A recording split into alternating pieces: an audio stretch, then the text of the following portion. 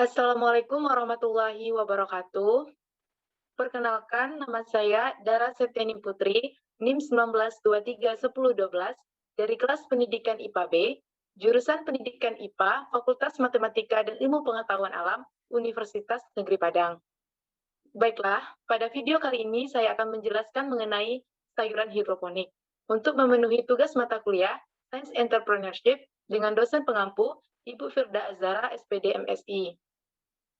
Yang mana pokok pembahasan dari video ini, yang pertama mengenai latar belakang dari usaha. Yang kedua, itu mengenai tentang tujuan dan manfaat dari usaha. Yang ketiga, itu mengenai pokok pembahasan landasan teori usaha tersebut. Yang keempat, itu menjelaskan pokok pembahasan tentang alat dan bahan. Yang kelima, itu menjelaskan tentang alat dan bahan dari usaha hidroponik tersebut. Dan yang keenam, itu mengenai kesimpulan dan saran. Baiklah, kita masuk ke poin yang pertama, itu latar belakang sayuran hidroponik. Yang mana latar belakangnya yaitu tanaman sayuran berperan penting dalam kehidupan sehari-hari. Hidroponik merupakan teknik budidaya tanaman tanpa menggunakan pendia tanah, melainkan menggunakan air yang mengandung campuran hara sebagai media tanamnya. Tiga unsur utama tanaman hidroponik yaitu air, suhu, dan juga cahaya. Perjalanan usaha yang dibuat dengan sayuran itu menjadi kebutuhan yang penting bagi masyarakat Indonesia karena dia memiliki kandungan nutrisi yang dibutuhkan bagi tubuh seperti mineral, vitamin, dan juga serat. Selanjutnya itu mengenai pokok pembahasannya yaitu tujuan dari sayuran hidroponik. Tujuan dari kegiatan usaha sayuran hidroponik yaitu yang pertama, untuk menerapkan jiwa berwirausaha. Yang kedua, itu melatih kemandirian dalam berwirausaha. Yang ketiga, tujuannya yaitu meringankan taraf hidup menjadi lebih baik untuk memperoleh keuntungan dalam berwirausaha. Selanjutnya, pada poin yang ketiga itu membahas tentang landasan teori sayuran hidroponik. Yang mana landasan yang pertama itu tentang pengertian dari hidroponik. Hidroponik itu budidaya tanaman tanpa tanah. Telah berkembang sejak pertama kali dilakukan penelitian-penelitian yang berhubungan dengan penemuan unsur-unsur hara esensial yang diperlukan bagi pertumbuhan tanaman, yang dikutip oleh Berlin tahun 2015. Nah, yang kedua itu istilah hidroponik yang berasal dari bahasa Latin yang berarti hidra, artinya air, dan poros, artinya kerja. Istilah hidroponik pertama kali dikemukakan oleh W.F. Grigel dari University of California pada awal tahun 1930-an.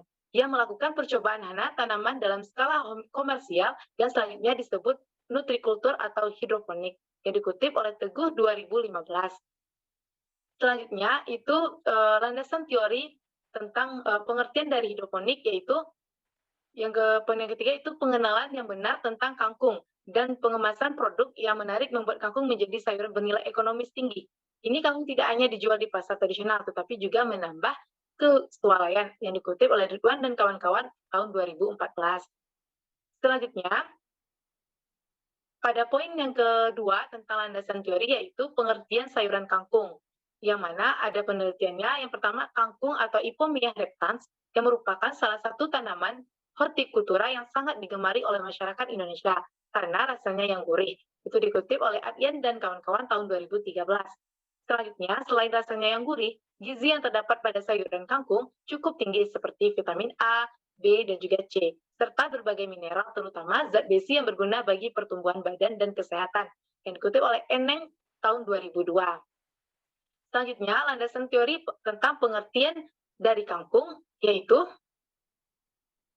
tanaman kangkung ini dapat tumbuh dengan baik sepanjang tahun. Kangkung darat dapat juga tumbuh pada daerah yang beriklim panas dan beriklim dingin, yang dikutip oleh Eri tahun 2009. Selanjutnya, itu mengenai faktor-faktor yang mempengaruhi pertumbuhan tanaman hidroponik. Yang pertama, itu faktor dari alat baku, yang mana artinya air yang belum dicampur dengan nutrisi atau pupuk yang dilanjutkan oleh part per million di bawah 100. Yang kedua, itu tentang nutrisi, yang mana dalam bentuk larutan hara atau yang disebut mineral dan juga air. Yang ketiga, itu mengenai media tanam, karena jenis dari media tanam pada hidroponik ini sangat berpengaruh terhadap pertumbuhan dan juga perkembangan dari hidroponik.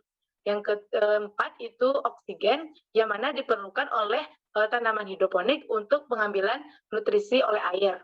Yang kelima itu pembibitan, yang mana faktor sekunder yang mempengaruhinya seperti suhu, cahaya, dan juga kelembapan.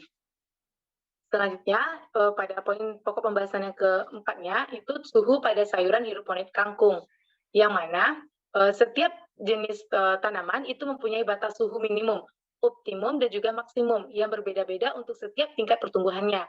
Suhu udara juga mempunyai fungsi pokok terhadap proses tumbuhnya tanaman. Terdapat berbagai jenis tumbuhannya yang mampu tumbuh dengan maksimal di tempat bersuhu dingin, tetapi ada juga tanaman yang tidak mampu tumbuh subur di tempat cuaca dingin ataupun sebaliknya. Selanjutnya, pada poin yang keempat, pembahasannya tentang alat dan bahan pada sayuran hidroponik, yang mana alat yang pertama yaitu air.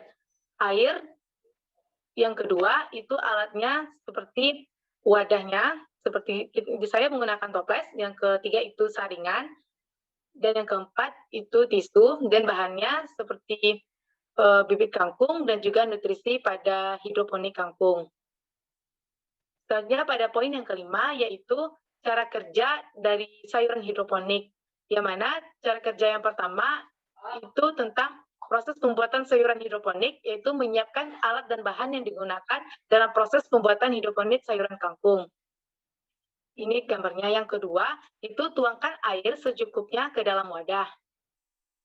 Yang ketiga, proses pembuatan sayuran hidroponik, yaitu kita letakkan saringan di atas wadah yang sudah berisi air bersih.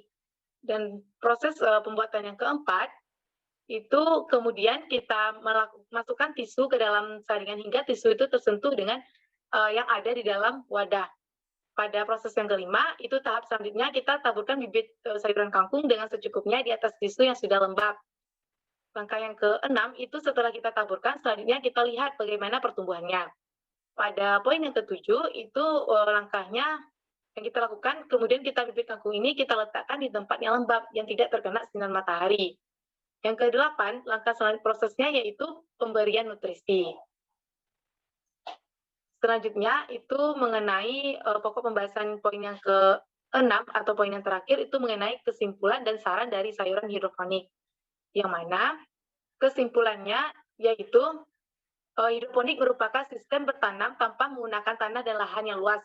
Keunggulannya menggunakan media hidroponik cukup banyak. Salah satunya sayur yang kita tanam bisa lebih banyak dan bagus dengan memiliki kualitas produk yang bagus dan berkualitas. Akan tidak mempengaruhi penjualan atau konsumen dengan produk yang kita miliki walaupun pesaing hidroponik ini banyak kita jumpai.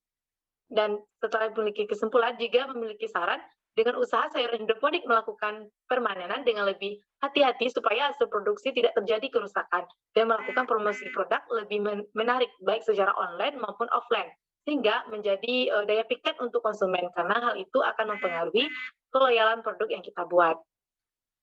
Baiklah, sekian dari penjelasan saya mengenai sayuran hidroponik kangkung. Semoga video tersebut bermanfaat bagi kita semua. Sekian terima kasih. Wassalamualaikum warahmatullahi wabarakatuh.